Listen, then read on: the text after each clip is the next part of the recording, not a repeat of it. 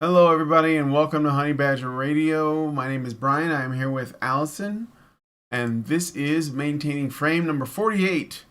Do transgender men have male privilege? Which is a Ooh. video I think somebody sent you, right? Or did no, Yep. I found it. I found it. Oh, you found it. You ferreted it out. I did. I did. I don't You remember. you followed the veins of cringe in the interwebs. Yeah, This nugget. so You we're gonna be truffled it look. up. Yeah. So we're gonna be looking at this video that's going to make the case that transgender men don't have the same privilege as cisgender men. So Okay. yeah, I know. So, but the question is, does that then follow that trans women still have the privilege of men, of cis men? Yeah. Interesting that.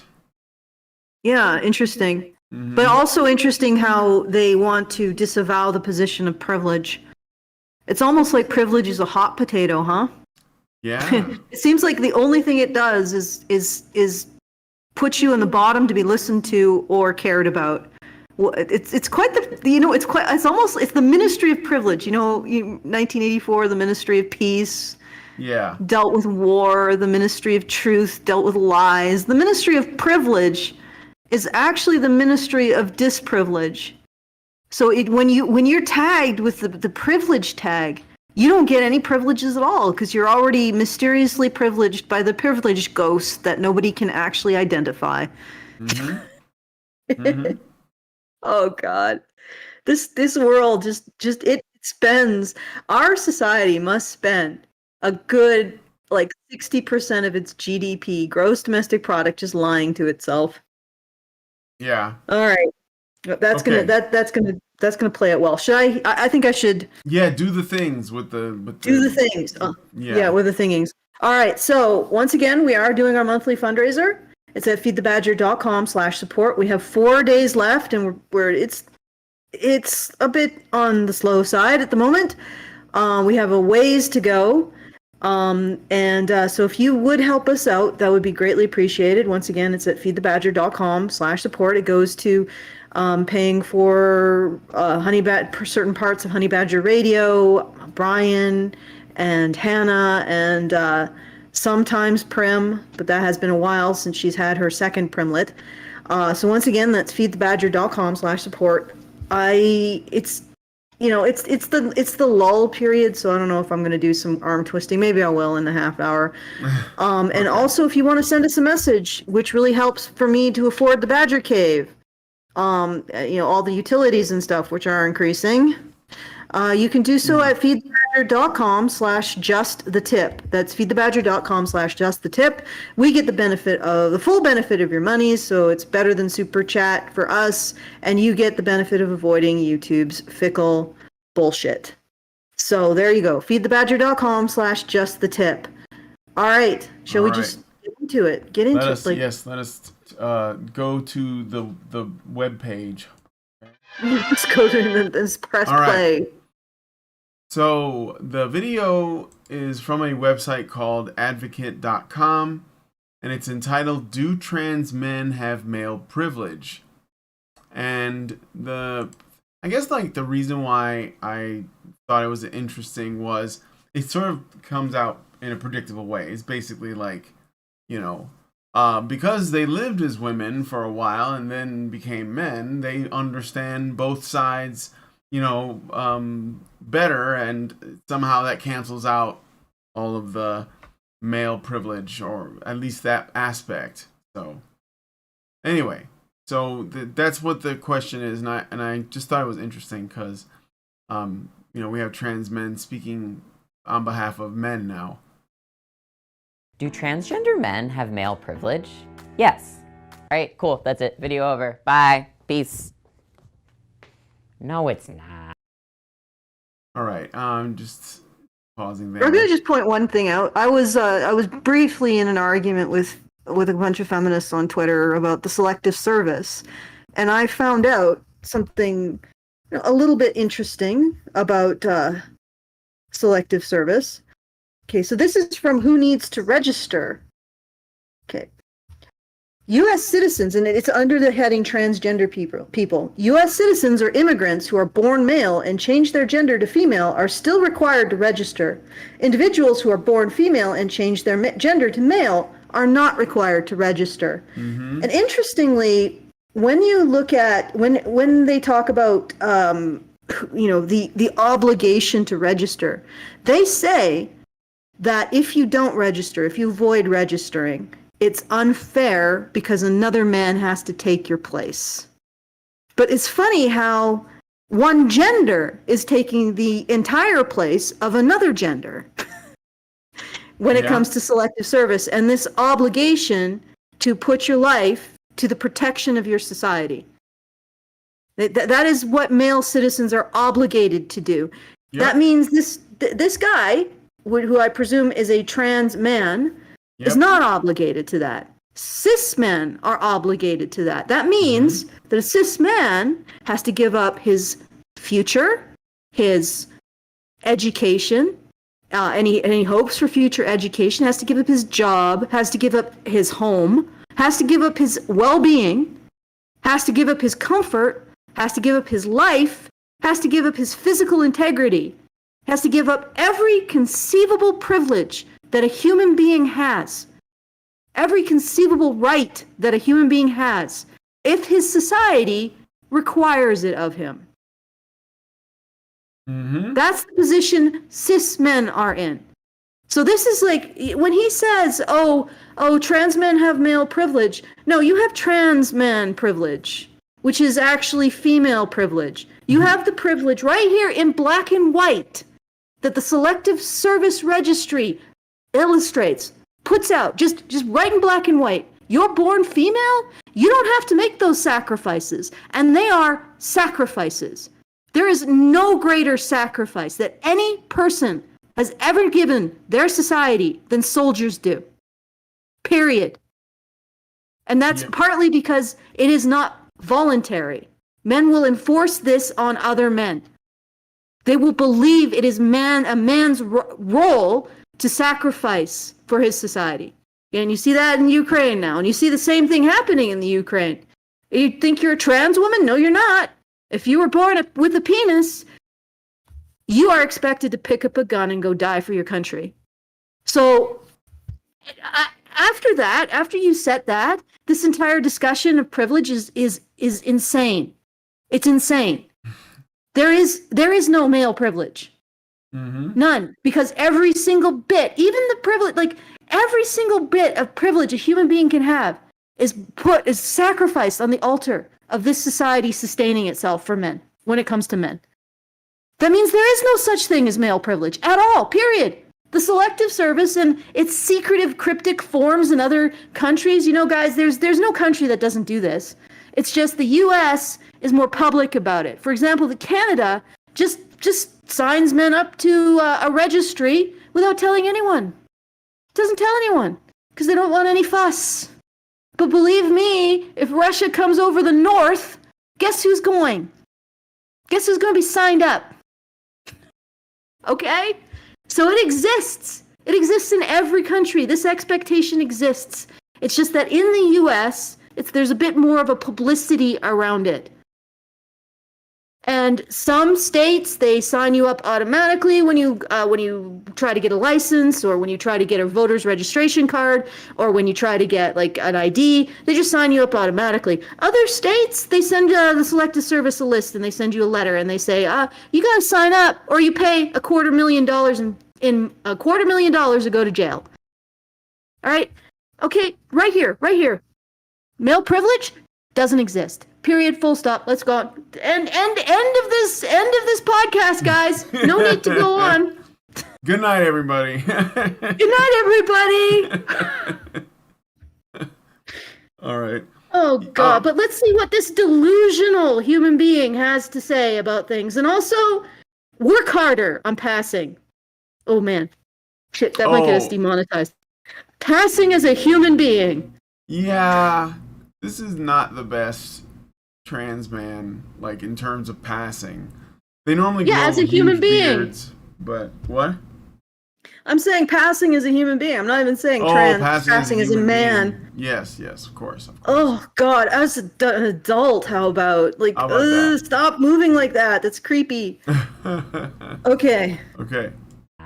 Of course, the actual answer is more nuanced than that. It's Of course, it's always more kinda nuanced. like Okay, can I just make a rant about the word nuanced and how these people use it? These individuals on this particular behavioral pattern. Nuanced means that the answer is always men are privileged, and nuance means is because that is always the answer. We're going to do some elaborate acrobatics and shucking and jiving and lies and deceit and the dance of the seven veils to arrive always on the same answer.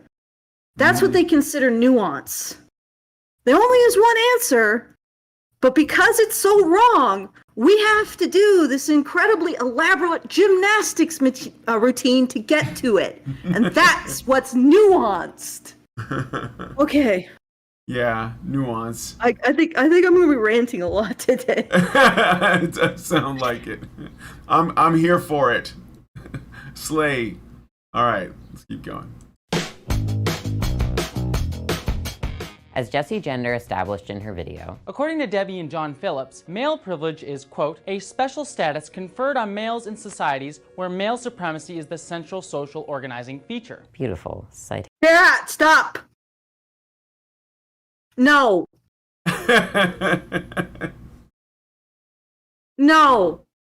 Male supremacy. Okay, right off the bat, a man loses every single one of his privileges when he's called up for war to serve to protect you. Like, Yeah. I just don't like that. You have to just ignore huge swaths of reality to even vomit that shit out of your mouth. Yeah.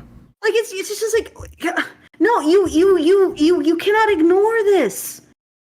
There is nothing that a man creates for himself, dreams for himself, or anything that he is not expected to sacrifice should society decide to send him to war to protect you. Like, is that the actions of people who... This is the freaking hilarious... Not hilarious, but disturbing thing about all of this. And Yeah. war isn't the only manifestation of society's willingness to sacrifice men for its own aim. Mm-hmm. You know, like, every single infrastructure project in the US, and in particular the UK, has a male body count to it. Like, the tunnel under the Thames, I really recommend people watching that documentary to find out what they went through to create that tunnel and how many men died to do it. The railway, same difference. Getting gold, getting oil out of the ground, whaling.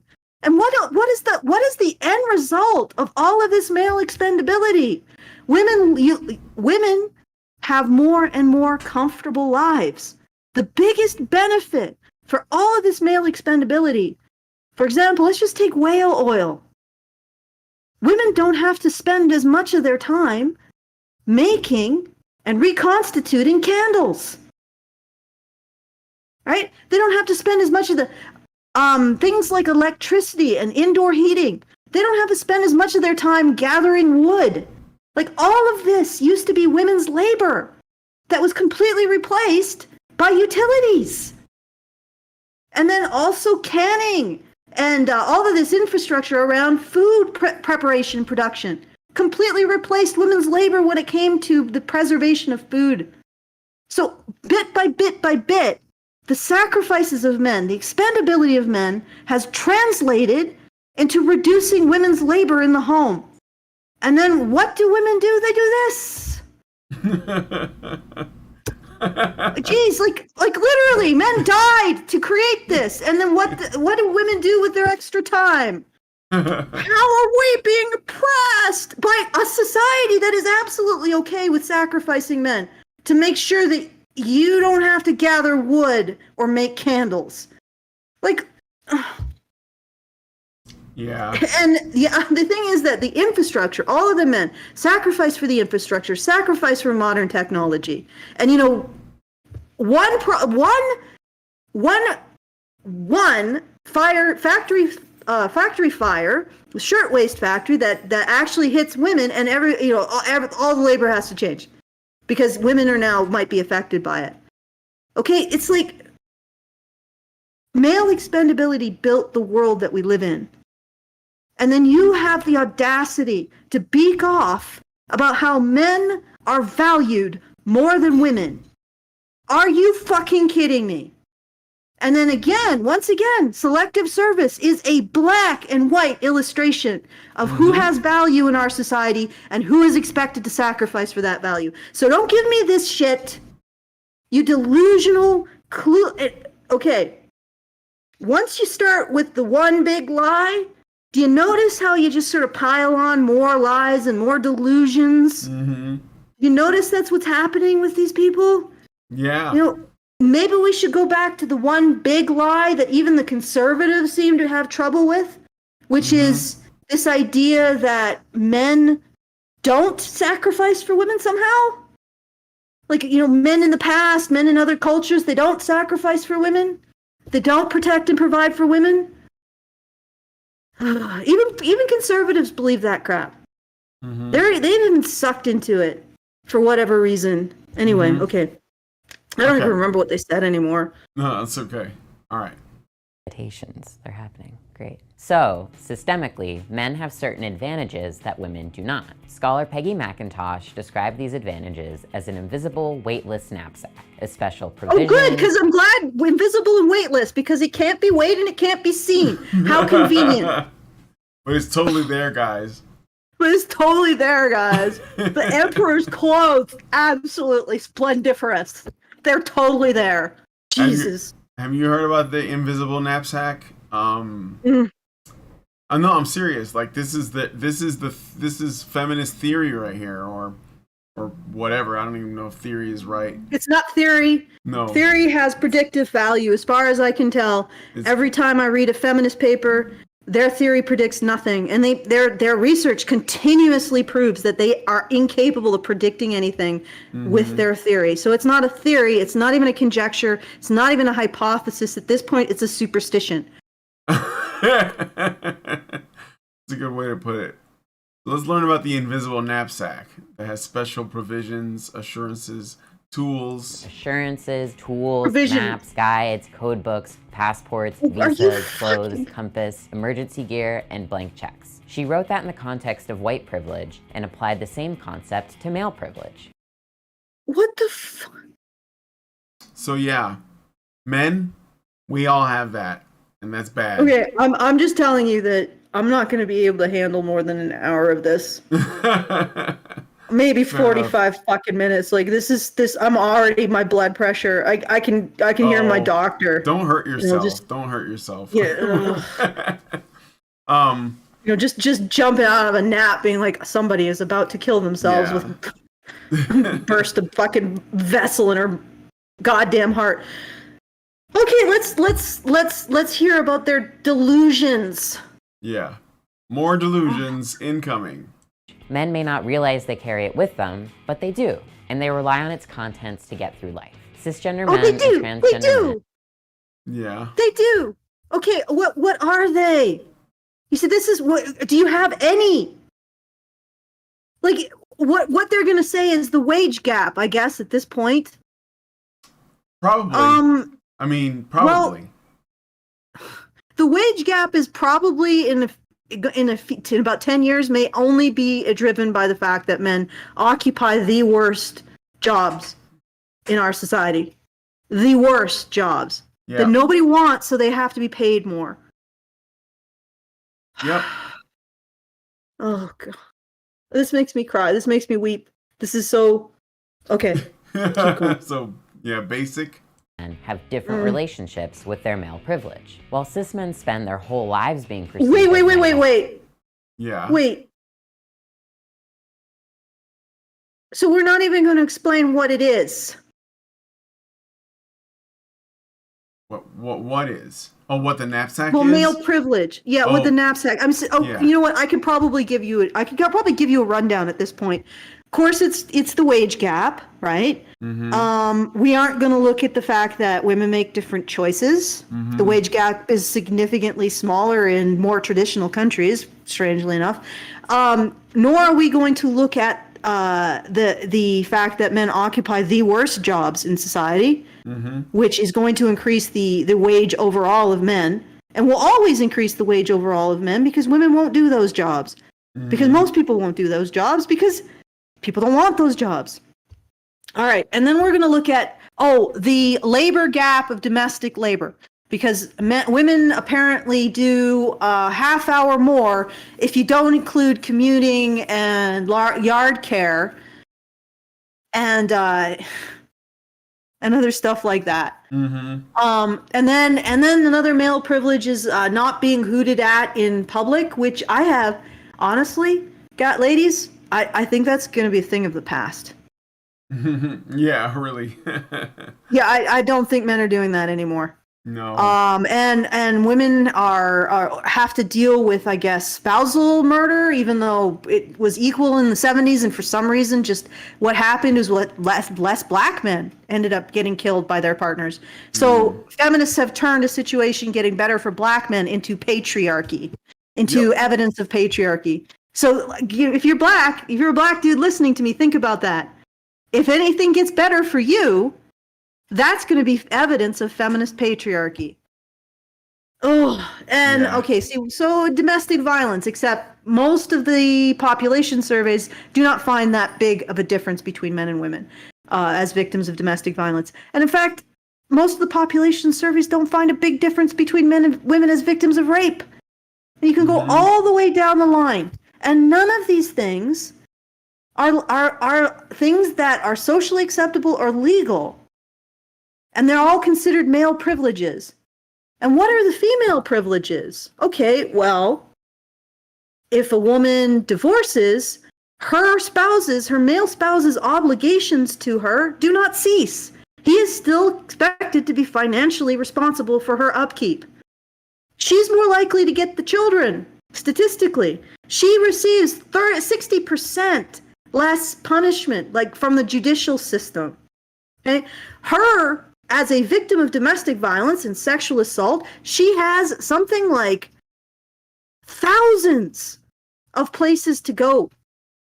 Men have 3 or 4 in the US. Okay? Like legitimate places, not just hotel vouchers or homeless shelters, which also privilege women, by the way. They get first spots in homeless shelters. Okay?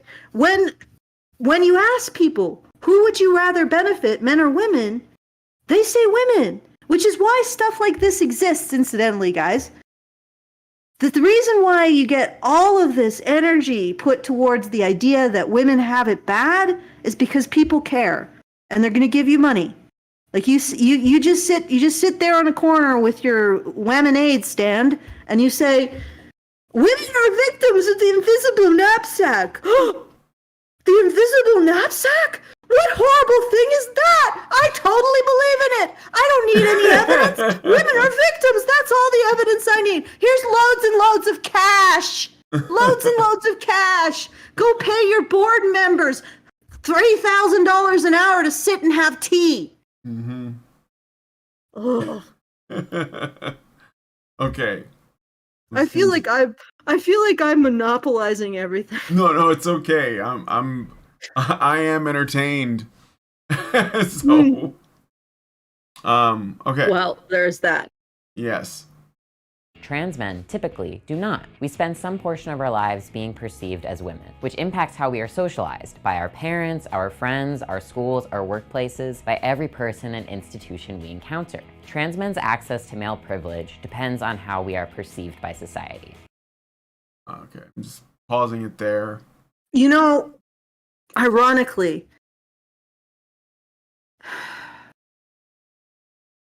oh god damn, we're just gonna hump this till everything breaks. You know that? Yeah. The What were weasels you- are just gonna, they're just gonna hump these packing peanuts until there's none left. All right. No, there's not much more I can say. So, how much male privilege do you have proportionately? Okay. Because, when you're a kid, presumably you realize that kids aren't really that privileged relative to adults. So, presumably, at some point, if you are perceived to be a man as an adult, you have more, you're starting to really, really stack on those privilege points. So, how does all of this work? How does all of this gerrymandering fall out?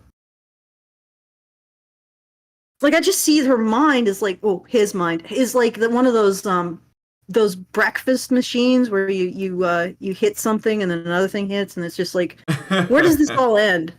Yeah. Probably with a cracked egg frying in a pan. Your brain on feminism. Okay. All right. Let's go.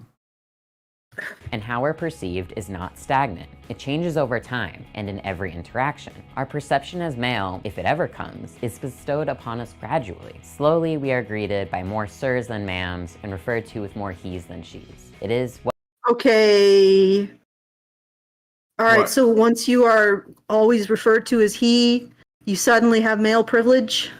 You can't opine on the issue of male privilege because you don't have to sign up for the draft. Yeah. Yeah, we Like- covered that. I heard Yeah, we that did. I heard that I saw it was one of the other panels we did, and there was the Transmen in the thing we did last time, where you had like the male feminists versus the female anti-feminists, and one of them was a trans man, and he did say that, like in one of the segments we didn't cover, that he had to sign up for the draft now that he's transitioned. So I don't Nope. know, maybe it's just a California thing. But, No, he doesn't. He's totally full of crap. Or yeah, And or on the he's full of selective crap. service site, it says born male. That's it. Oh, how about that? Yeah. Well, So I'm trans women, you might not want to give up your stoicism too much mhm. because you might find yourself in a trench where that's the only thing that's keeping you alive. It does Is your make it- ability to just let misery go. Yeah. All right. All right.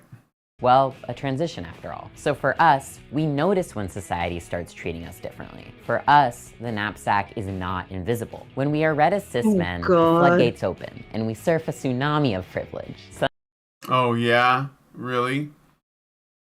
What were you gonna say? So I'm sorry. This person is saying that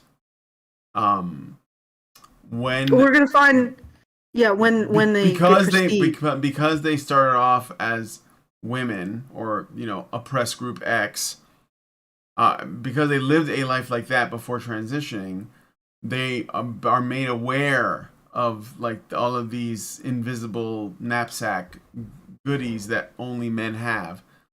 So of course men don't know it, and nobody can prove it, but this person, she's seen it, he's seen it, they've seen it. Sorry. Okay, I have a question. Is there like is your voice slowed down a little bit? Because it seems it? like it's a little slow. Yeah, it's a little slowed down. It sounds like you're, really getting into What? maybe a little bit smashed, shall we say? Oh no. I think I've heard this before. I think it's the for some reason your voice is slowed down. Oh, that's weird. Wait, did that happen? That is weird. Is that like I'm talking slow, or Yeah, you're talking a little bit slurry is what it is. Oh. It's interesting. And so I don't know if that's a mouth sound is- thing. no? My mouth's really dry though. Okay, maybe get some water. I'm curious what the heck this individual is going to say. That this tsunami of privilege. Yeah, the tsunami. I do want to know tell me about the tsunami. Some of the things we can experience include not having our appearance under constant scrutiny, not having to fight for What? space in conversations, and actually being What? asked to Yeah. What? Are you okay? Look, men have their appearance under. You know what was interesting to me is I noticed something about this flag that they have, the weird sort of symbols and everything. As a result of it, and this is something I've never noticed before, men are feeling more free to. I spoke about this, the guy with the nails and the other dude in the dress with the hoop earrings. I hope he was not trying to present as a woman, because that wasn't happening. No. But they felt more free to express themselves visually, because now they can appeal to the non-binary, right? I'm non-binary, you know, and so that protects me as a man in expressing myself. You realize, dude, men don't get much shit about their appearance because they know that they have to wear their prison jammies every day and not draw attention to it. They've learned that. Yep. You know, so they don't do it. And so, I mean, who cares? Like, who cares if Jeff is wearing prison smock number 1 or prison smock number 2? There's almost no difference. So no one cares. As long as he's in a prison smock. And that's the thing. And this is why I brought up how they're, you know, using this non-binary thing to actually increase their ability to express themselves visually. Okay? Yeah. Prior to that, you know, men are not supposed to draw attention to themselves visually. And if they do, they get shit. So they've learned not to. So you're not actually recognizing a privilege that you have, as so much as not recognizing a disprivilege that men have lived with through their whole life, so they've accommodated. Now, here, dude. Okay, to understand this, go and look at the clothing choices that men have, right? The average clothing choices that men have. Look at how constrained they are. Like I said, they're basically a bunch of prison smocks, and that's it. Yeah. Now, realize that the fact that men's appearance is unremarkable is why it's not remarked upon. And realize the pressure to conform to being as unobtrusive as possible is why there is such a restricted number of choices for men's attire. And the funny thing is I've watched men's attire get more and more and more restrictive decade by decade by decade. Oh, really? I've watched more and more. You know, well, look at the 80s. You remember the freaking booty shorts and the crop top t-shirts that men were wearing? Yeah, like if you look back in the videos. Yeah, no, I know. The crop top shirt was the bomb. That was like yeah, and you go back to the 70s, and I mean I wasn't part of the 70s, but you could still see some of that in the 80s, and men were wearing the super tight pants. Yeah. And the shirt down to their navel and that kind of thing. Like all of that, like year by year by year by year by year, men's clothing choices have been restricted to the prison smock. Mm-hmm. So nobody remarks on it because it's unremarkable, and that's the point. But the pressure is there, and you just never noticed it, did you? Because you didn't grow up a man. So you didn't experience the sausage maker. Right. And then he's turning around and opining on something he has no freaking clue about. Yep. That was my thought too. And I've seen a few videos and clips of trans men basically using this kind of argument to attack regular men, which, by the way, we never really cared about trans men. It wasn't like no men has said, "Oh my God, I don't want a woman in my bathroom." Well, there was one woman who was, there was one trans man who was beaten to death, I think, in the 90s. But that's one. Weird. We never one compared to thousands and thousands of gay and trans women a year. Gay men and trans women a year, but the one got her own movie or his own movie, so we all know about it. It's Tanya or something, Going to Tom, I think. I don't remember the name, but anyway, it was a big thing back in the 90s. But okay, so what else did they say? They said actually being asked to share our opinions. Okay, well, yeah, like having space, because apparently women can't do that. but now that she's a trans man, she can do that. So it's like, oh, I got this privilege. How does this individual know that? Like, I really have a doubt. They don't. They're just I know, but I even asserting have a it. doubt that they talk about this transition. I really doubt they're at the point where people are calling them sir. Oh yeah, point. no, I know. No, I don't. So how the hell do you even know this? And I can tell that they are reading off of some kind of script. Of course. Because they're looking, and I do that, but I write the script. Did this person write the script? I don't know. I don't know. But regardless, like, men get space. Yeah. Well, where's the men's space to talk about their issues? Well, Yeah, we make really. it, but nobody else does, Don't- right? Like, this is it. What do you mean by And the other thing- space? Yeah, what do you mean by space? Yeah. And then ask to share your opinion. Okay.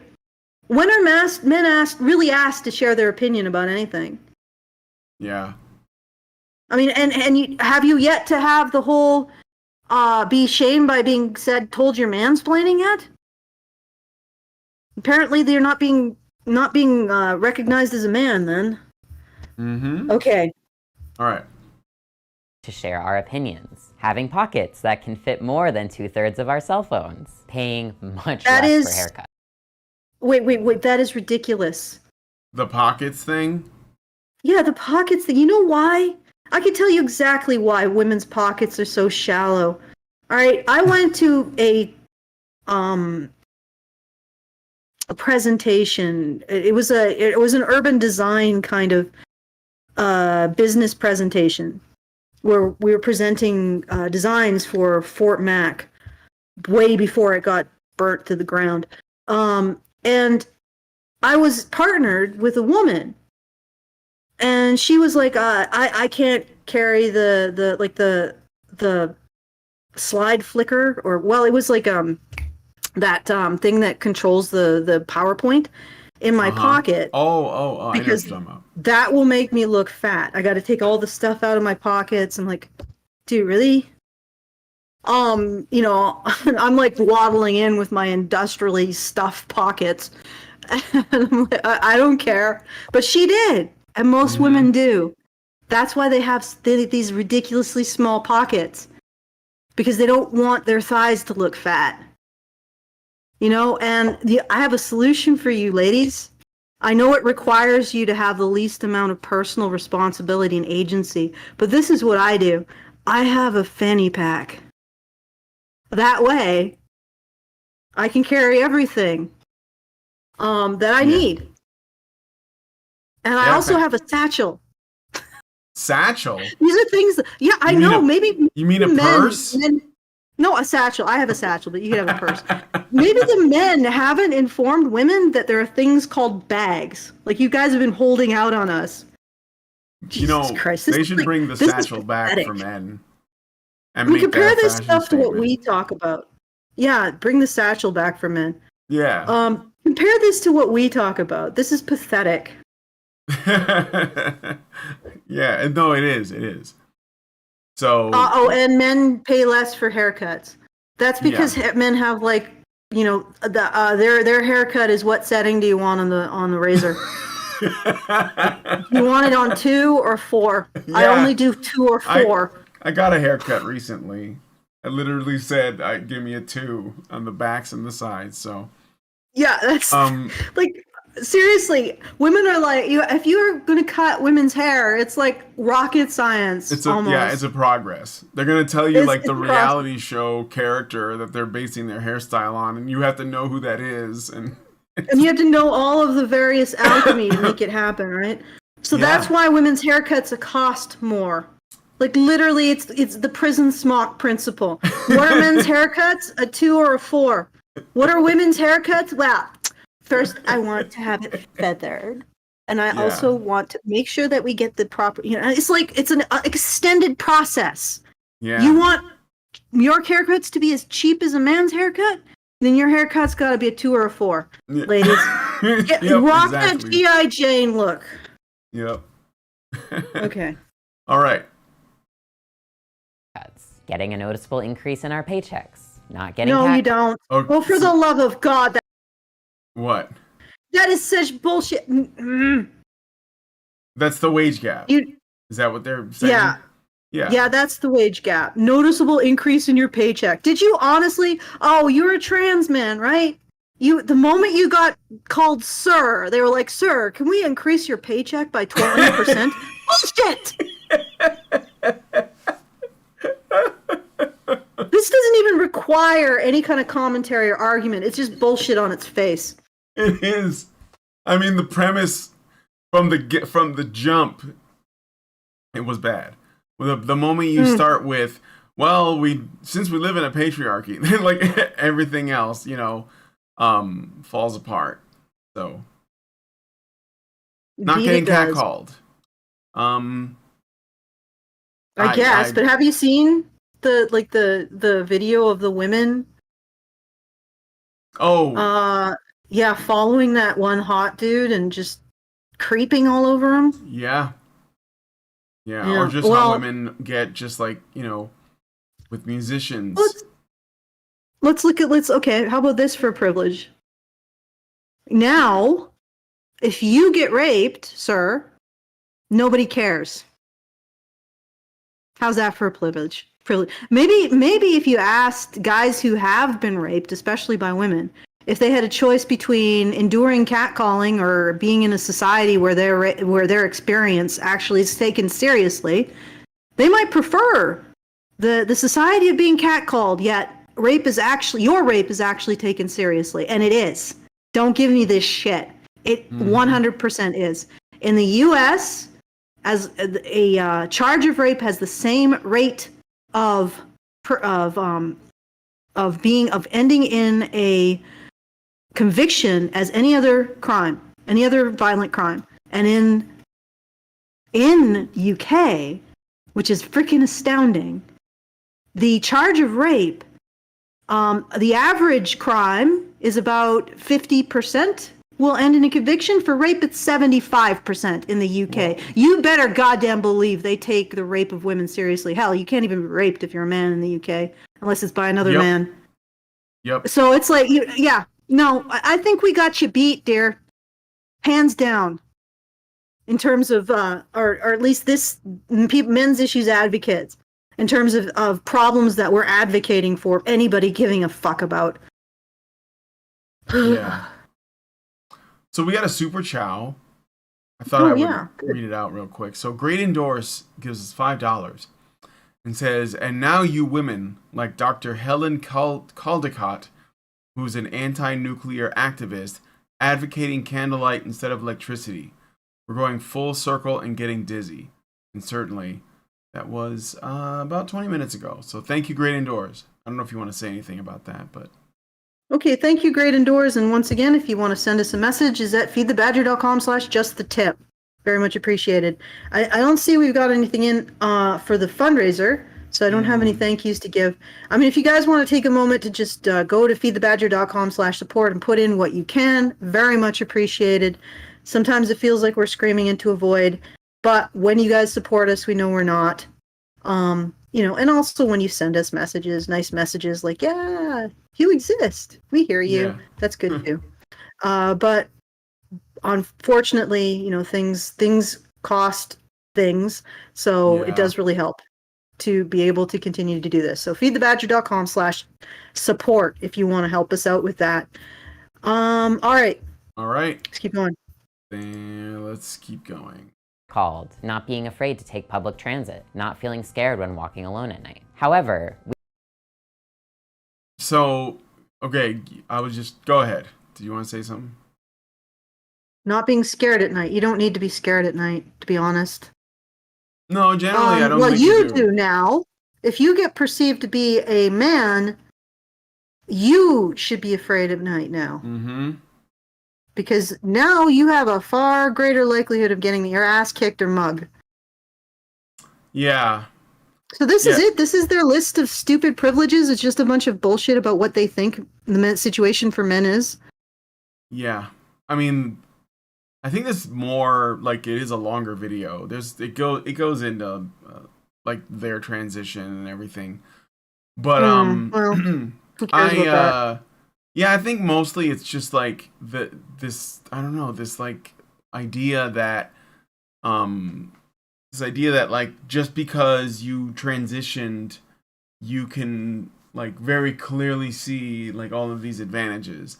And you get to say, "Oh, well, this is how it changed how I feel." So that whole like I don't feel afraid, when I'm walking at home at night, that's not something that can be measured by anyone. You're just telling us that what you're telling us is that when you were a woman, you were afraid, and for some reason were made to be. I don't know if that makes sense. Yep. Like you shouldn't feel afraid because you're not. Like Right. literally you are not. Like literally you are not. You are significantly less likely to be aggressed against than a man walking home at night. Yeah. Full stop. That's it. It's just that Done. men have a higher, I guess, risk tolerance, so they're more likely to do it. They're less likely to be afraid. They're more likely to just, assume everything's gonna be fine. All right, Yep. let's do a little bit more. We only Okay, receive that's these fine. privileges when we are read as cis straight men. As trans men, our male privilege is contingent on how well we pass and what we pass as. For instance, if a trans man is not taking testosterone, it is likely that he will be read by society as a butch lesbian. Being seen Just pausing it there for the banana. So might be seen as a butch lesbian is a problem. Why? Why does it matter? And what does that have to do with male privilege? I mean, I don't even think butch lesbians really are that distinct from. No, I don't think people care that Femme much. lesbians? Yeah, well, I mean, I just don't think that butch lesbians really fall outside. I mean, because the thing is that society gives women such a wide latitude Mm-hmm. for how they can behave, simply because they value women. Then women get a lot more freedom in their expression in almost every conceivable metric. That, I mean, aside from maybe like a drunken frat boy calling you a dyke, like what really happens to butch lesbians, Mm-hmm. especially compared to gay men. All right, let's keep going. All right. Maybe something interesting comes out of this person's mouth. seen as a queer woman makes someone very susceptible to Please misogynistic don't and laugh like homophobic that. violence and discrimination. Oh, no, it doesn't. Right. Oh, god damn. Of course, it's You want to talk about the violence that being a queer woman or a lesbian makes you vulnerable to? Domestic violence. Like, I've read the stats in the US. Again, the UK is some sort of weird anomaly because apparently British men are orcs, but everywhere else, a woman is, like, in the US in particular, if a woman has a female partner, she's 19 times more likely to be subject to domestic violence and murder than if she has a male partner. I think it was 19. It was like some unbelievably ridiculous, might have been 9, not 19. Unbelievably ridiculous multiplying factor. And no, you're not, like, I have seen the lists of men killed by homophobic violence. They vastly dwarf women. And of course. honestly, most of the women were probably killed by their female partners on that list. Let's be frank. So this is not something, like, this is a gay man's problem that you have co-opted to somehow become a trans man's problem, and from there a woman's problem, which has got to be the most nuanced use of intersectionality I've seen yet. I would give that gymnastics routine a 9. How many nuances is it getting? 9? 9 Getting nuances? a 9 out of 10. 9 out of 10 nuances. Congratulations. That is one of the most spectacular series of backflips to land on Women Have It Worse I've ever seen. Okay, I got a super shout from, I guess it's just a anonymous post for $50 and no message. So, thank you so much for for that, but I don't know like what if you wanted to send us a message, you can DM me or I'm sorry, tag me in a post in the live chat and add the message because sometimes people don't get it through. So, all right. Anyway, oh, and Senior Sticks gives us $2 and says, "Reading feminist, please, for the fans and myself." Oh, I don't have that yet. That sound. I'm sorry. I'm still working on like getting my library together. So, and that I think is it. So let's continue the video. If a trans man is perceived as a lesbian, he is not benefiting from male privilege. And while some trans men do pass as cis men, we may be read as cis gay men. Sometimes this is a result of habits we retain from our female socialization. Like, all right, so yeah, could you stop with the vocal fry, please? Yeah, that might help pass. Well, I don't. Okay, never mind. The thing is, you know, another thing. Trans men do have this. They have this kind of like throaty, you know, what's the name of that woman that the comedian?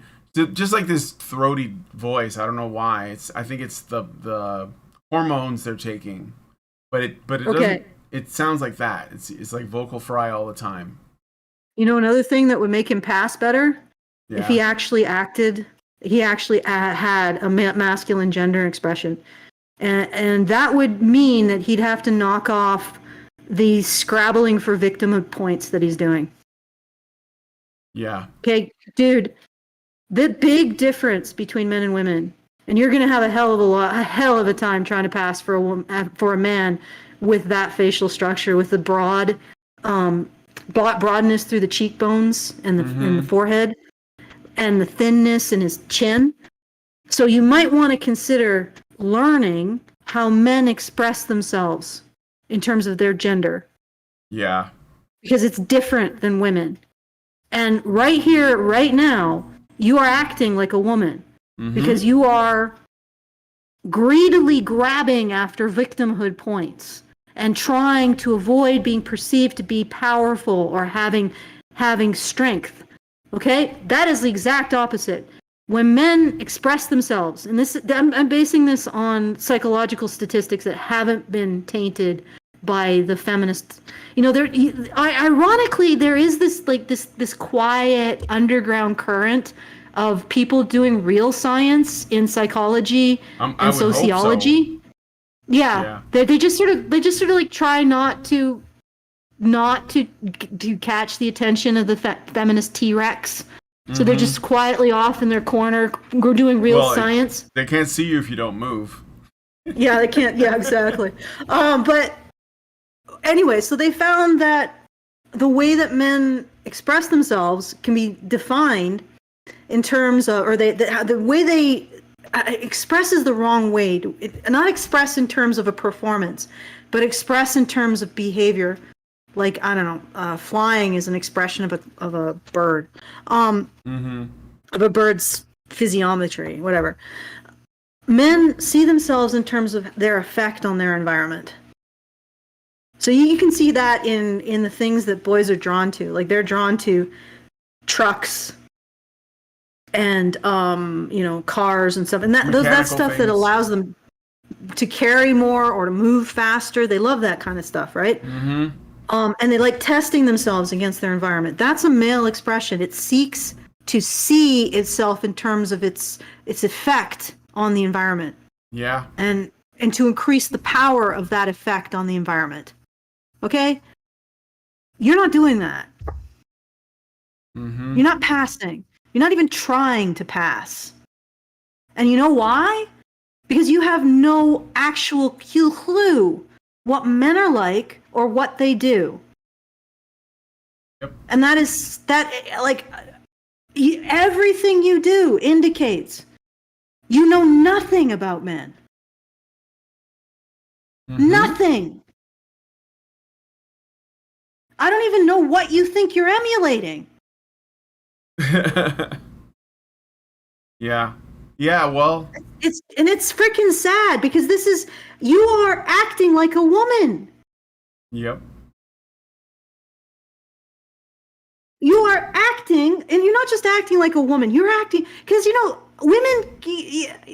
There can be women who are more integrated, who don't act like this, who maybe advocate for the vulnerability of other people, like Florence Nightingale or Madame Curie.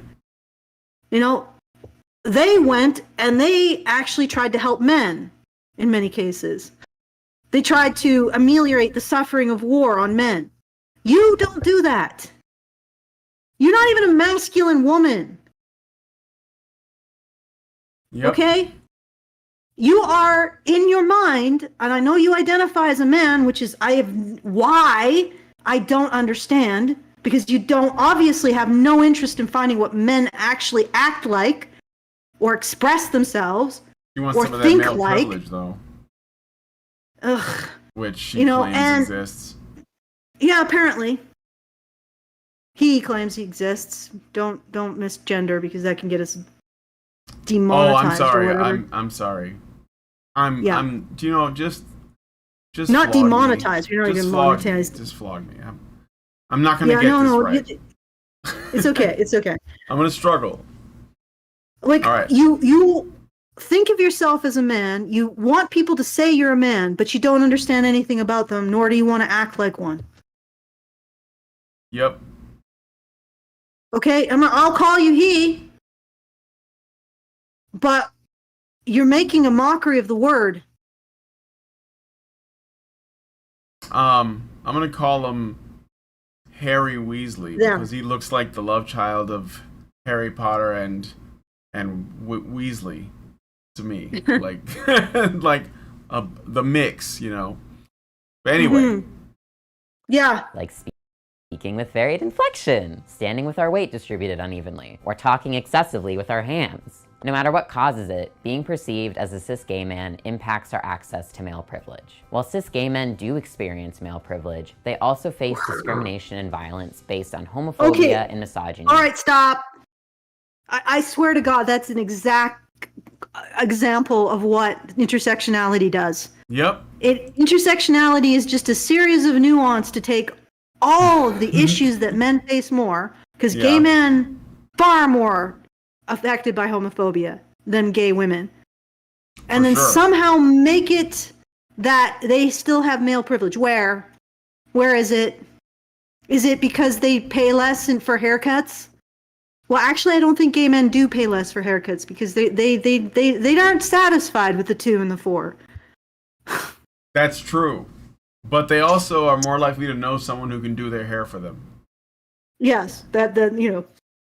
But also, they're more likely to be catcalled. So there you go for that privilege. Mm-hmm. They do make more money, but they make more money even than straight men.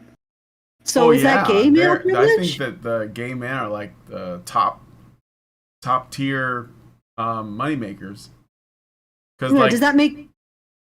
Well, I was just gonna say, because like in Chicago, when I lived close to this area that people call Boys Town, which is the gay and, well, mostly gay but also lesbian like community. It was a bit weird, but all of those buildings were really expensive. So like these guys, they were doing well, and probably because if you form a partnership with another man and you're both working and you both have like high achieving jobs and you both are willing to do the whatever the overtime, then yeah, you're really gonna be bringing it home. So no surprise there, but yeah, gay men do very well financially, I guess. Yeah, but like, go through all of that. What? Okay, so I guess maybe they get more for the wage gap. Is it really because gay men just our patriarchy really loves gay men? Yeah, right. Like, is that the way that works? Because it seems like that should be the data outlier that really explains why men make more. Yeah. And maybe it's just because, they're not women and they don't deal with them. Mm-hmm. I'm sorry. It was an asshole statement. But it's we look at that data point. Is there any reason for gay men to make more? Except maybe one of the averaging factors is that you have the super masculine gay men who are much more motivated to be a workaholic, because work is one of those ways that men express their desire to see an effect in the greater world. Like, work is literally that. Well, so maybe that's gay men aren't spending their money on women. So, yeah, well, but it's also the income, not just what they spend on it. Yeah, right? I know. It's like it's how much they make, how, you know, and then it's offset by how much excessive spending is involved. Like you know, like for women, basically, like expensive clothes, jewelry, whatever. I think that no, I gotcha. yeah, and then the whole like, oh, you know, I got to get a ring. I mean, it's just that, you know, gay men don't have to spend their money on women, so I think they benefit from that. They get to save some money. For their perceived femininity. Being seen as a cis gay man does enable some aspects of male privilege, but it also presents several hurdles. And even if a trans guy does pass as a cis straight man, there are still certain things he will go through that a cis man never will. Some of those things might include... All right, pausing it there. Yeah, Good I know. Lord. This is And there's, intersectional. This is the intersectional booty hole. There's the one huge thing that cis men will have to go through that you never will, which actually honestly makes me sort of sick that this individual is calling himself a man. Yeah. Because he's not going to have to sign up for the draft. He's not going to have to put his life in the line to protect society, and yet he gets to call himself a man. Well, yeah, and then immediately, like, you know, call yourself a man, and then start talking about what men need to do and where they sit in the, you know, the sort of oppression hierarchy in this person's mind. So you're speaking on men, and you only just did that, and which is kind of like, you know, the most like hardcore example of women going into male spaces and then changing everything. So I'm not saying this is a woman. I'm saying the behavior is comparable. Okay, and so you're never going to have to go to war to protect everybody else in society. And I don't care. I mean, I got into this long argument with a feminist. Oh, it's men sending men to. It's not men sending men to war. It's society sending men to war. Society is what makes it acceptable. Because, you know, what's sending men to their deaths and infrastructure? It's social needs plus a indifference to male suffering. Okay, that's the same thing that's behind war. Politicians, male or female, because female politicians, when women are the heads of states, they don't send people to war less. So it has nothing to do with whether the person who's hitting the war button has a penis or vagina, obviously. Okay? Yep. It is societies that go to war. And they often go to war because they perceive a potential benefit or a lack in their resources. And why? Because those resources go to women. That's why society exists. Yep. No offense. It's why society exists. And as a result, there is this compulsion to sacrifice men to provide resources for women, either in war or through these incredibly dangerous infrastructure projects, or other kinds of harvesting that's dangerous, either getting oil or minerals or whale blubber. Okay? That's what we do. That is how society is structured since time immemorial. Men do dangerous things to gather resources for women. And not often those resources don't necessarily have to be only physical. They can also be social. So go out and kick the ass of the neighboring tribe, and you come back and you've counted coup against their chief, and suddenly you're the chief and your girl is the chief's wife. Okay? So this is what men do. They put themselves on the line to provide for women. And that war is a part of that. And it's no more chosen by men than a peacock has chosen his tail. Right? A peacock grows a tail, but he hasn't chosen it, and he hasn't constructed it. Okay? So this thing is huge, and it's completely ignored by him. He's never going to have to go to war to protect anybody else in his life. He doesn't understand the pressure of that. Because even when it's not actually happening, it's still in the back of men's minds. Somewhere. Mm-hmm. Okay. All right. Coming out as trans, facing rejection from loved ones, losing housing, living at a higher risk for poverty, being more likely to be in an abusive relationship, struggling to find quality. Is this correlation? Or if you're trans, you're more likely to be in an abusive relationship? Yeah. Presumably, you're in a relationship with women. What I've noticed is that trans men and trans women really don't challenge the idea of who society expects you to be attracted to. So for the most part, trans men want to be in relationships with women, and trans women want to be in relationships with women. That's what I've noticed. Huh. No, that makes sense.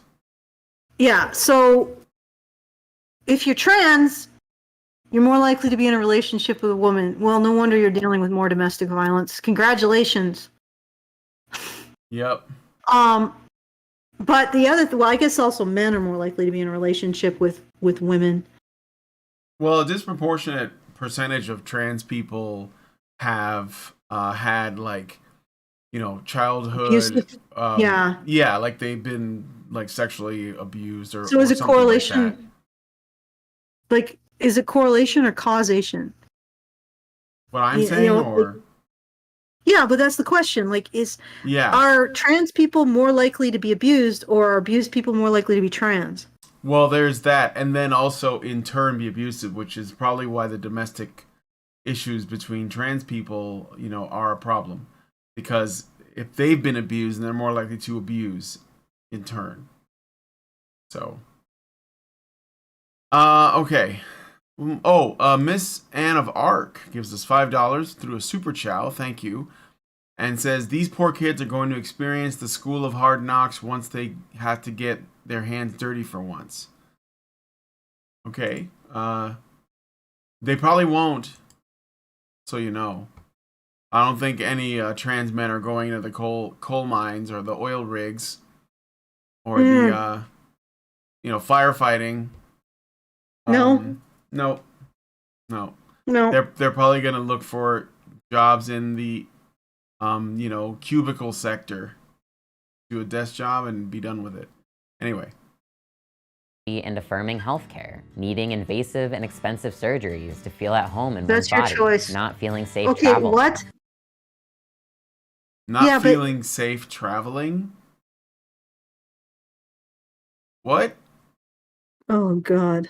Is it? Oh, you mean if you are, not passing and you get on a plane and some random passenger flips out? Is that what you mean? They say, okay, how about this? That's a dude, If here's this trans man's privilege over a cis man's privilege, it's likely that the only genital surgery that will be done to you will be voluntary. Yep. You will have chosen it, hopefully as an adult. Whereas a cis man in the US has a 50-50 chance of having had his genitals cut into when he wasn't old enough to object without anesthesia. Yep. That's what really gets me. I mean, they don't even castrate calves without anesthesia now because it's considered cruelty.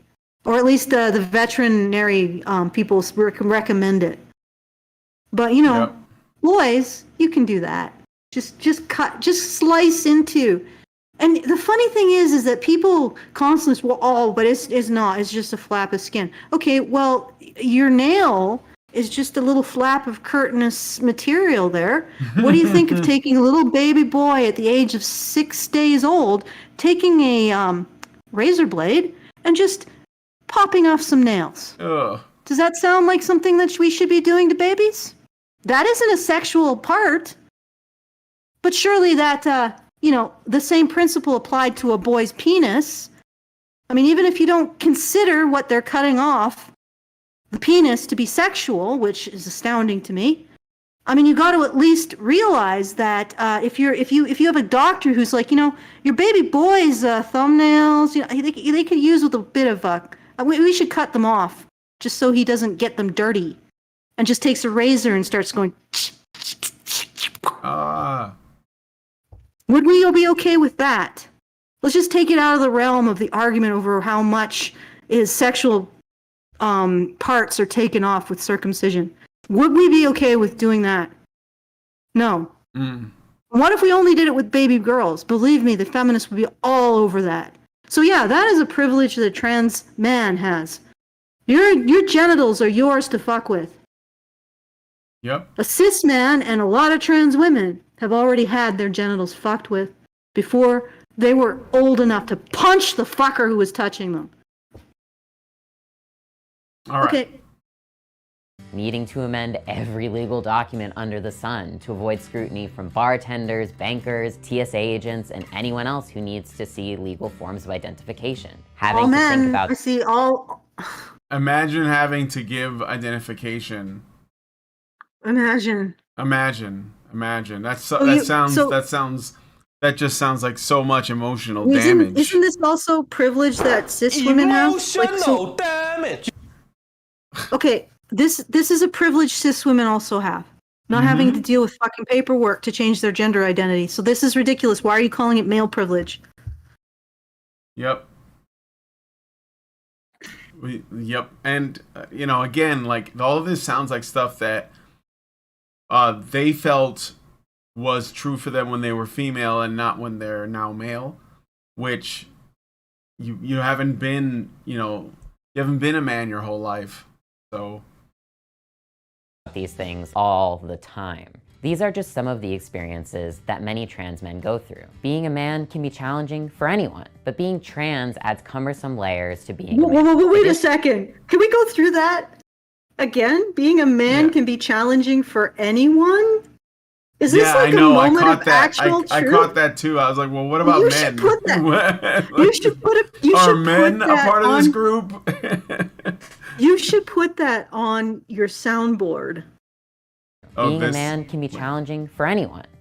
You know what? I take it all back. I find being a man challenging as a part of the anyone group. Okay, but seriously, like, this is the moment where I think he's actually expressing a truth. Oh yeah, you're right. Where the hell did that come from? Being a man can be challenging for anybody? Really? Yeah, I thought you had all the privilege. You had your invisible, weightless knapsack. Yeah. Luckily, this knapsack is invisible and weightless, so you can't measure it and you can't see it. But and it gives me all of the tools I need, but I never have to actually use them. So you won't ever see it, but I swear it's there. All right. God, like this Go ahead. This stuff these people believe is just so dumb. It is. Trans adds cumbersome layers to being a man. Additionally, if a trans man does not transition in a strictly binary way, he may not access many aspects of male privilege. For instance, not every trans man is able to have or even wants to have gender-affirming surgeries. So a penis is a privilege now? Of course. Of course. Well, what does this? So having a penis, being born as a man, literally trans men, guys, literally trans men are taking over the last space left to men, which is being born in a man. Like, I really wouldn't have a problem with it. Like, no, like, really, if you identify as a man, that's fine. But this framing is absolutely disgusting. Men are privileged by having been born in a male body and nothing else because I wanted that. Yeah. Well, not only is that 100% the way women think, it seems, especially feminist women, but it's still a really disturbing framing. Yep. That doesn't make men privileged, for God's sake. But did you see what he just did there? What? Oh yeah, I did. I did, yeah. When you I say, think it's exactly what you said. They're taking over the last space left to men. yeah, the last space that men have, which is men's own space. And the funny thing is that like cis men, I mean, like I said before, they generally they're not as vocally concerned about trans men as cis women are of trans women. Yeah. So, Yeah, that's the other thing that's not being mentioned. yeah. You know what privilege you have over trans women? Men will welcome you. Like no men aren't like freaking flipping out and getting hugely caustic and dehumanizing because of trans men. Conservative people don't even care. Mm-hmm. But everybody's flipping out over trans women. Mm-hmm. Okay. All right. In several states, if you don't get those surgeries, you can't change your legal gender marker. This can lead to all kinds of embarrassing and even dangerous problems every time someone checks your ID. You also don't get to see that increase in your paycheck. Oh, God. Oh, God. Dude, this is not believable. Like, What do you mean? literally, you're like, oh, I identify as a man, and then the HR department's like, oh, here's your 20% raise. No. Yeah. No. It was like, you That know, is a in, what was it? lawsuit. That was the thing they did in Velma where, you know, like she dressed up as a man and automatically got all these like, legs up and everything. That's what this guy's saying. Meanwhile, like, that's a real Fred is going to be killed by his parents' expendability because he's not measuring up to what they want in a man. Yep. Like it's what's really is that it's completely unself-aware. Like the writer is completely unself-aware. She's writing the fantasy that feminists have for what men experience, and also the reality of what men actually experience is that when they do not measure up, they're treated as expendable. Yep. Yep. Okay. And it's important to note that not everyone wants to change their legal gender. Some people may not feel like they identify with an F or an M. For example, comedian and trans man Ian Harvey, who easily passes as a cis man, says he does not want to change. Oh, I'm just pausing it there for the banana, but this guy looks his legal gender because, well, he identifies as a well. Actually, now that I know it's a trans man, I can see it. man, he does not identify as male. He also fears what would happen if he ever found himself in jail. He does not want to end up in a men's prison. Well, what do you really? He doesn't want to end up in a men's prison? Well, yeah, I think know. he'd probably be safer. Like seriously, no, actually, dude, wait, let's go through that. Why? Do you realize that the rate of rape and assault in women's prison is something like 2 times that of men's? Yep. And you're also a woman. Yep. You know, you might get some problem. Actually, you probably get more problems in a woman's prison. Honestly, you would be marked. No, he would. Oh, yeah, for sure. For sure. But at the same time, it's like you don't want to go to prison. You really don't want to go to a woman's prison. Because women, once again, that privilege, you know, that women get a 60% discount, that means that you take the average male prison and they're sort of like the cream of the criminal soup of society. Well, you take that cream of the criminal soup of society and then you distill it again. And you get the seething abyss of horror that is a woman's prison. You don't want to go there. No. I mean, I didn't watch Orange is the New Black, but I didn't hear about any of that stuff. Yeah, Orange is the New Black is the sanitized. Very. You might as well be like some kind of Playboy. Oh, we're doing the women's prison. Everybody's in bikini bottoms, and we're doing. I think like that it was a feminist show. I never watched it, but I think that ultimately is what it was. It was sort of like celebrating. Well, were there?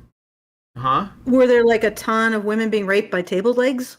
No, no, I don't think there was. Well, I mean, I don't know. I didn't watch it, really... but I didn't hear anything about that. It's just maybe it was like a women discovering that they're actually lesbians, and sexy time with other prison inmates, and that's like the hardest part of it. Like there's no people getting raped with table legs, so, which I'm not laughing at. That's not funny at all. Okay. All right. Well, no, it's like darkly funny.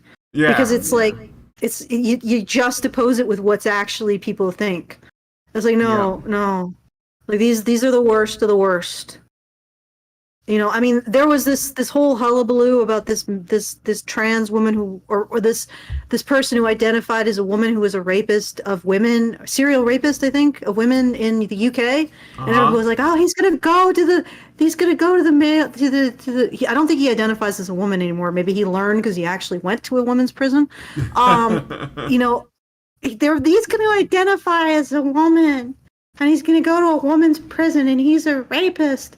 I'm like, yeah, there are also rapists in women's prisons, a lot of them. Yeah, they exist. And here's the thing. It's like, this seems like it's going to be a problem that solves itself. Because he's a rapist of women. He's going to a women's prison. Okay?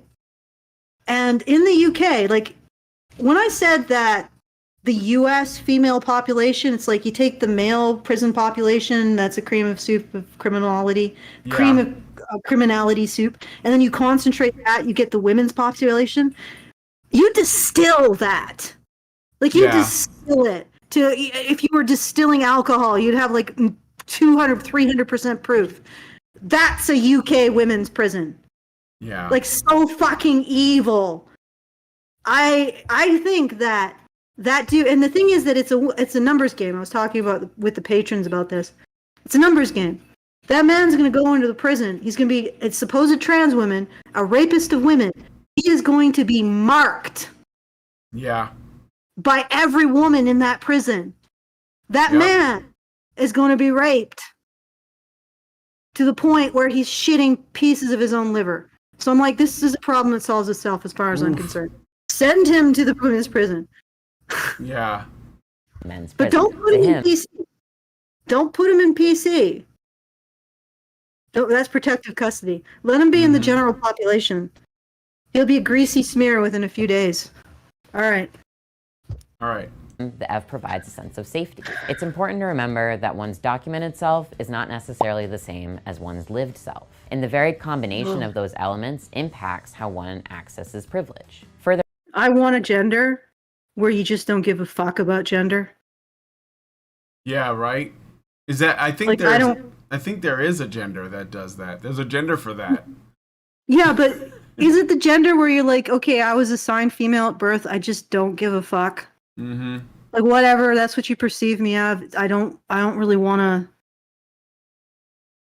Well, you gotta make sure that you play a good, you know, interesting role in their headcanon. That's why they want to put you in a box. Okay, let's. Right. Furthermore, trans men typically do not experience the privileges that come from a lifetime of male socialization. Cis men are taught from movies, TV, books, video games, and the men around us that they can be loud and take up space. What are you fucking talking about? See, so I think what this guy is doing is building a you know, slowly building the case that trans men do not have male privilege, and to do that they have to bring in all of this, you know, these talking points and postmodern bullshit and assumptions and everything. Huh? Well, he has literally made men occupying their own bodies some kind of crime against morality by saying, oh, it's a privilege. It's a privilege to be born with a penis. Well, I mean, I guess in some ways you could argue that, but what he means when he uses the term privilege, I think I was discussing this, like privilege is the marker for the people who are allowed to be disprivileged. Well, the men who are allowed to be disprivileged, to be discriminated against. So now he said that having a body is an unfair advantage that men have. You are literally taking away men's right to have any space at all, including the space that God, the spaghetti monster, and evolution gave them. And you have the fucking audacity to turn around and spew this self-righteous self-victimhood crap. Men aren't taught to take up space, okay? Their space ends the moment It offends a woman, and that is in every game, every book, every movie, and every TV show. Mm-hmm. The villain is always the man who offends women, unless he's quirky and you've established him as sympathetic beforehand. Like maybe House and the guy who was in like Dr. House? Not like Dr. House and the guy Jack Nicholson played. I think of a woman. Yeah, what's the name of that movie? I know the one you're talking about, where he plays a writer. Yeah. As Good as It Gets. That's what it is. As Good as It Gets, yeah. Yeah. All right. But for the most part, if you want to categorize a man as a villain, who at the end of the movie will be taking no space because he'll be a corpse, you have him offend, harm, or insult women. So men's space stops where it offends women.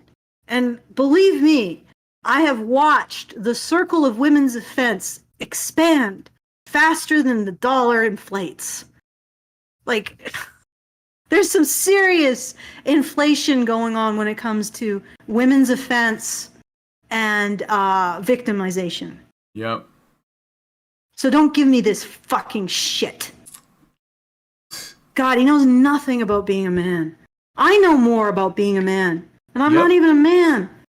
Well, yeah, they're just operating under these stereotypes that they think are the norm, and then they claim to be against stereotyping. And they claim to actually have questioned anything. Like, literally, you're acting like a woman. You have no expression that is masculine at all. Yep. Okay. I'm not going to say that you are a woman. I'm not going to call you a woman. I'm just going to say You're acting like one. You are acting like one. Yeah. And that's fine if you are a woman, but you are not. Yep. I got another Super Chow, $5, by another anonymous person. And they said, if we, men, didn't exist, who would they blame for everything they deem as patriarchy? If having a penis is a privilege, then they should get mutilated/circumcised to feel the privilege of what it's like to live without part of your genitals. Spoiler, you won't feel much after. Also, a bit off topic, but anyone else notice that they're calling Dylan an actress instead of actor? Remember the whole it's sexist to call female actresses actresses?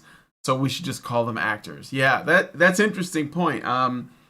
That, you know, feminists and, feminists were basically agitating to, you know, that we should stop referring to job titles as gendered, and because somehow it's demeaning to women to call them actresses instead of actors, because they think that the word actor is taken more seriously for some reason.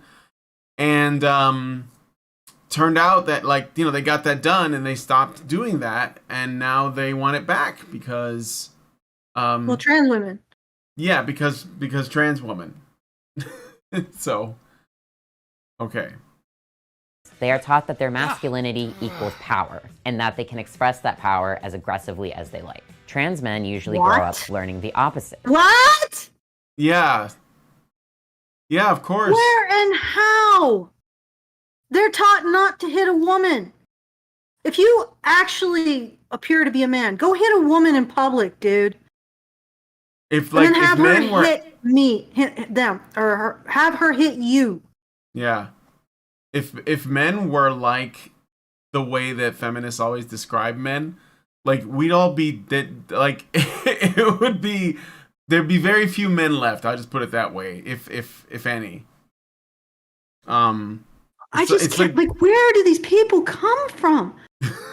I swear to God, they're just taking a thrill and lying to people's faces. Yeah, that could be true. Men's violence is not allowed, especially expressed against women. Maybe against other men, but not expressed against women. Absolutely not acceptable. Not acceptable to express their anger or their violence against women. What the hell do you think? Oh, God. All right. There was actually a woman who transitioned to a man who was honest about this. Are you talking about the woman who wrote a book about it? No, she didn't transition. Vincent? Actually, she's probably going to be more honest because she isn't losing the desire to be a man or to the, she isn't losing. When she becomes a man, she never really desired to be a man, so she's not seeing the world through finally getting what she wants, right? Yeah. So she is probably a better example of a woman being a man. All right. Mm-hmm. And a more honest example. But there was one trans man who, when he was fully seen as a man, got angry. And he had I think maybe one person, maybe several people come up to him and start saying, you gotta knock that off. You gotta knock it off. You can't behave that way. Dude, men are not allowed to get angry. That's why they have wish fulfillment fantasies. Hollywood allows them to get angry in them. Because when men get angry, they get arrested. You forget that? Yeah. No. Jeez. No. All right. We have to fight the messages society sent us about being small, quiet, and invisible. We don't have access to a lot of the power inherently given to cis men. Yeah. So I I'm guess still a victim. I'm still a victim, guys. Of course. I was a victim before I became privileged. But not really privileged. Like that's the whole case that's being built here, is that I'm still basically a woman, so I want the respect that comes with that. But I want you to address me by my proper pronouns and treat me like a man in the good ways. I want all the good stuff. The good things. And being privileged is not a good thing to them. And sometimes when we don't fit, and it's not a good thing, period. Like, it's the marker for who you get to discriminate against, shut up, be violent towards, aggress against, abuse, and render invisible. Like, that's all it is at this point. It's just, you just apply the label privileged, and then they can't talk. Yep. And you can openly discriminate against them. All right, let's... into the strong, aggressive role, cis men react with violence. Our male privilege is entirely dependent on men. They're just ready to start. They're just ready to throw down. They're just ready to throw hands at any time. I boxed my wife last night. Some people have stupidity thrust upon them, and some choose it as a lifestyle, and you have chosen stupidity. Yeah. Where are men allowed to be violent? In prison? Not even there. No. God damn, like, this is like just delusion after delusion after delusion. Yeah. It is. It's all, but the thing is, I think that you have to build this giant, like, goofy looking, like, mousetrap style. You remember the board game Mousetrap, which had all the moving parts? It was like one of those machines. And you have to build all of that because you're starting from the premise that, men have all these bad qualities and have basically, like, harmed the world, and they've especially oppressed women. If you start from that premise, you have to build this machine to make the premise work, because that's what he's trying to do, right? Yep. So how we are read. But another frustrating difference between how trans men and cis men experience their genders is that some people will never view trans men as men, no matter how the rest of society reads us. Well, I don't know if I think that's true. You mean like the Selective service? Yeah, well, first of all, you're going to benefit. But the other thing is that would benefit for being trans, not for being a man. But I forgot. The society. Yeah, I forgot. I was gonna say. Sorry, dropped that one. Jessie Gender spent a portion of her video on trans women and male privilege, addressing the viewpoints of trans exclusionary radical feminists, or TERFs. They mostly discuss trans women, but they do make the occasional offhanded comment about how trans men are actually just women who want access to male privilege. Oh, see? So this is the reason why I'm not involved. I count myself out of that debate between the TERFs and fifth wave feminists and the intersectionals, or fourth wave feminists. And because again, like both sides believe that men have privilege. So the premises are the same, and they just built different machines. Well, this is really where the whole intersectionality starts to break down, doesn't it? Yeah. Like, as far as I can tell, Well, it's like they have to, like, for the non-trans exclusionary radical feminists, they're going to have to break down intersectionality. yeah. Or they're going to have to accept trans women. Yeah. Well, and here's the thing. Like I've always said, in my mind, so that people are trying to rank all of the layers of intersectionality, and I said women are at the top no matter what. They always are. They they don't have to be classified in anything other way other than they're women, because our society will protect women first and foremost. So trans women will always be like below women on the hierarchy, even if you try really hard, right? Well, they're going to try. That's the thing, and that's what's going to end up, I think, exploding the hierarchy. Is women have to be at top, but trans women, by the intersectional logic, are worse off than cis women. So it's like they've introduced this incredible contradiction. Maybe they'll be able to manage it. Maybe the global homo will continue on trucking along, but I think that this might be the implosion point, or at least, I don't know. But okay, to sort of demonstrate what I was talking about, you guys all know that Don Lemon, the host anchor at CNN, was fired, and there wasn't really, so like they didn't even tell him until the day, so he didn't even know it was coming. And there are some like people were speculating, but what it looks like happened is, do you remember when I don't know if you saw it? I think we talked about it on the news show, where they were talking about this. I think it was Nikki Haley, and Don Lemon made this comment about how Nikki Haley is past her prime. Yes. Yes, and all that. That's actually what I think got him fired, because the women were making complaints, and it was going all over the office, and then other women came forward and they made allegations that he did stuff that was inappropriate or whatever, and they responded to it by firing him. And what I thought about that was really interesting about that is he is a gay black man, and him being gay and him being black it doesn't give him an edge over women, just women of whatever type. In fact, I think that it just shows that like women are always at the top of the intersectionality is meaningless. Yeah, like intersectionality, they don't care about the issues facing black men. No. They don't care about the issues facing any minority men. It is literally just the appropriation of victimhood points to women. And when you combine that with people's natural instinct to protect and provide for women, that's how it always plays out. Like, it doesn't matter that, like you said, it doesn't matter he's gay, it doesn't matter he's black. He gets sacrificed to protect women. Yep. And ironically, all of the issues on the intersectional pipeline were because society wanted to protect a certain group of women from men.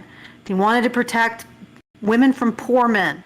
They wanted to protect elite women from minority men. They wanted to protect women from gay men. Even though presumably gay men are a threat, they are a threat because they don't actually marry women. So they are part of the social contract.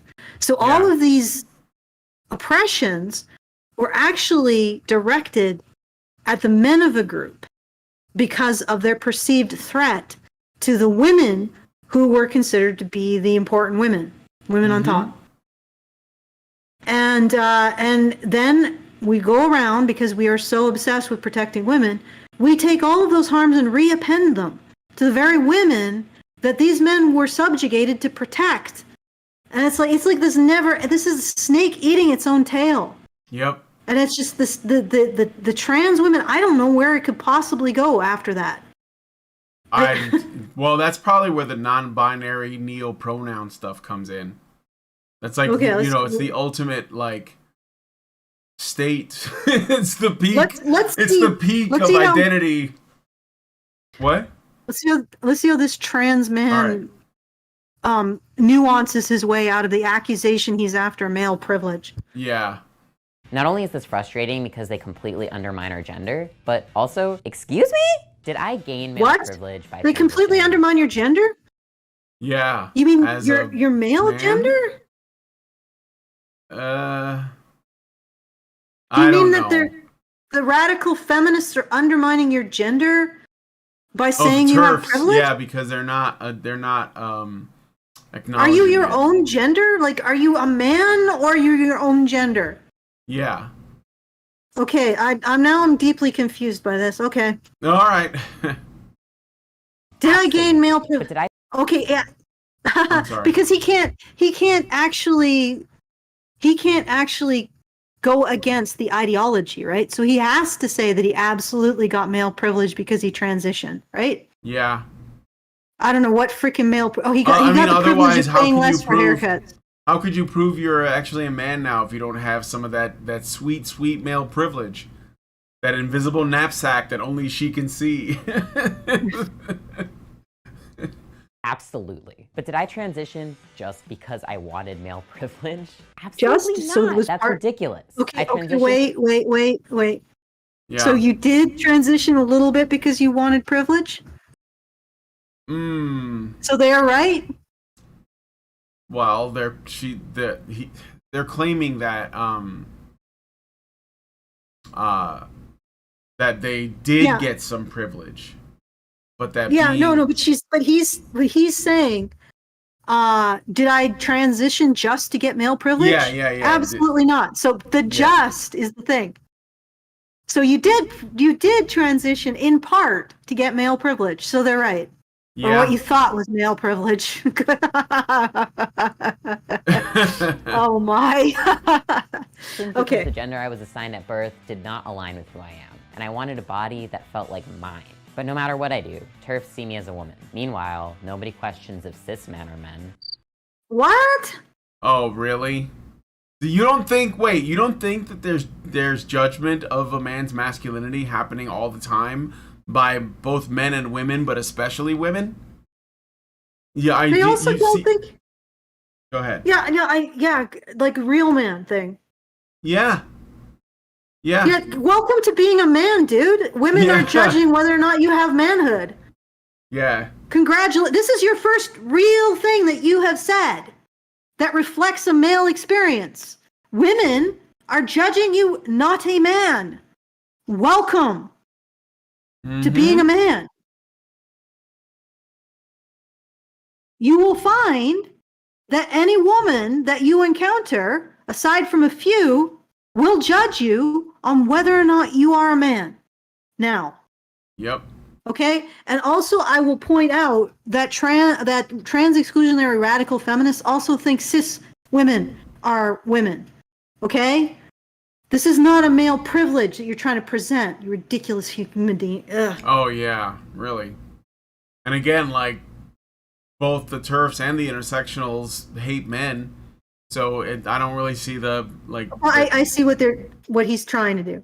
He's trying to say that the TERFs are giving male privilege to men by identifying them as men. Yeah, and not giving it to them. Though trans men and cis men have different relationships with male privilege, there is a lot of overlap. Sometimes I forget that I have male privilege. I haven't been afraid to take a nap on the bus or to walk home alone at night in years. Really? Yeah. Okay, well, why were you afraid before? Because if a woman feels afraid, that means it must be justified somehow. I don't think you've acquired a body that significantly reduces your physical threat. Mm-hmm. Like, look, no. In fact, your threat level is now higher if you're perceived as a man and you're small. Yeah. Like not your threat, like his threat to others, but the potential of others' threat to him is higher. Mm. Mm-hmm. All right. Let's keep Okay. going. The further I get into my transition, the more I let my guard down. And I wonder about all the ways I'm accessing Really? privilege that I don't even realize. Wait Like, a second. He lets his guard down? Yeah. Then you're not experiencing what it's like to be men, because many men talk about how they have to keep their guard up and be aware of their surroundings. Mm-hmm. Oh God, this kid is going to get the ever living shit kicked out of him in a mugging, Yeah. and he's never going to say this crap again. Ever been a man in the workforce, and I'll never experience job hunting and career building as a woman. As someone who is entering the media industry, a field largely dominated by white men, I wonder how much easier it will be for Really? me to get my foot in the door. And though The media, Yeah, right. The media that like wokeifies everything. I think I you got don't that think wrong. it's going to be. I don't think it's going to be easier. I think you're in for a huge shock. Yeah. If you transition because you think you're going to get further ahead in the media, well, I mean, honestly, he probably will, because he's a trans man, and Well, he's I still was gonna perceived say, if as he having tells him he's a victimhood. trans man, that actually improves his odds of getting a job. Yes. Because they'll want that, that token. We don't have that token. Let's add this to the collection. So, all right. though it's rare, once in a blue moon, I do pass as a cis straight man. And when I do, cis straight guys tell me all kinds of nasty and objectifying things about women. Oh, No, they sure they do. I'm pressing X the doubt. No. How about no? That is not happening. Hi, Jojo. Nasty and objectifying things about women. Yeah, She like has like no as soon as he walks in the room, the men scan him to make sure it's not a trap, and then when they determine, because he says I pass as a cis man, so the moment This they guy think, oh, sounds that's totally a cis man, let's go up to him and tell him nasty things about women. Like, Oh God. that totally happened, guys, and then the whole nightclub clapped. Jesus Christ. I know Okay. that I should Wait. Sorry, Just sorry. so that's nasty and objectifying things about women. Oh Interrupt God. and No. stand up for the- Don't stop. Oh, I'm sorry. I have something to say. Okay, I'm sorry. When he is, my good Lord. This guy sounds like a cult member. Yeah. Look kind of Ejaculating like one too. I don't know what bullshit. that kind of like, the Church of Jesus Christ of Latter-day Saints look is, but maybe it's irony. But yeah, I don't know. I don't know. This boy looks like he's part of a cult, and he's ejaculating bullshit from that cult. Okay. Okay.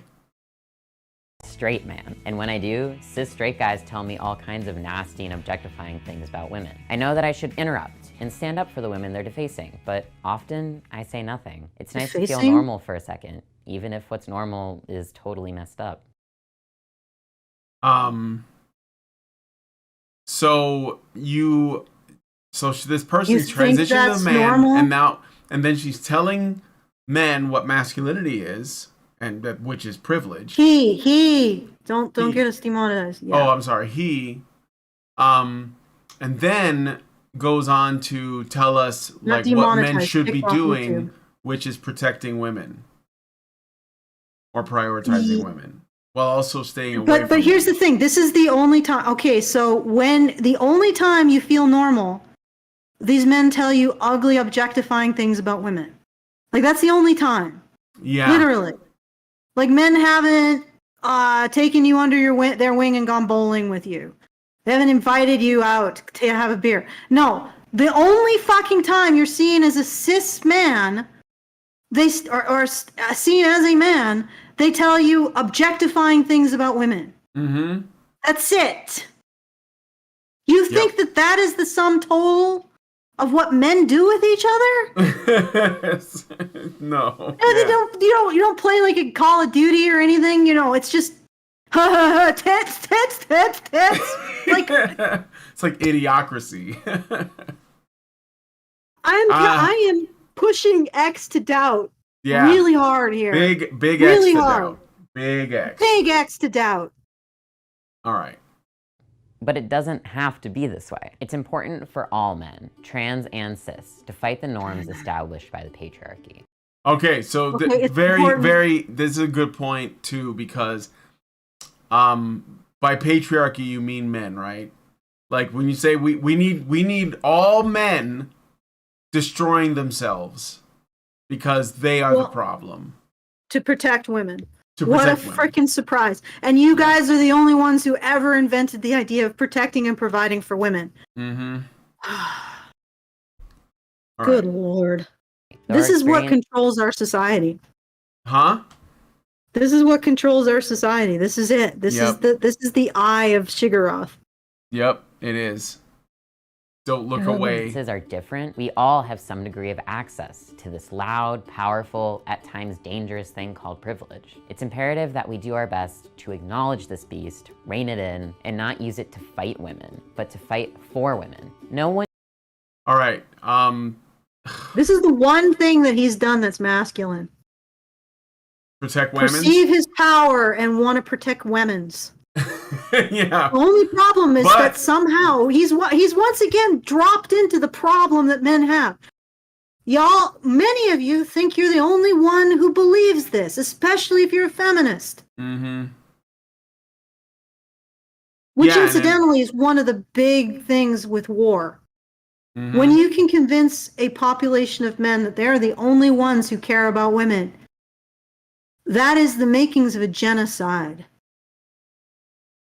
Yeah. You say that group of men over there, they don't care about their women. Let's go feel free to bomb them to glass. Mm-hmm. Okay, that is one of the biggest preconditions for war. All right. We're almost done. It's almost over. Yeah, I know. One chooses the knapsack of privilege, but how you unpack it is up to you. If they don't choose it, then it's not we did it. Wow. Amazing. Okay. Well, oh, God. Good Lord. So men have this invisible knapsack that they didn't choose and yet are utterly responsible for.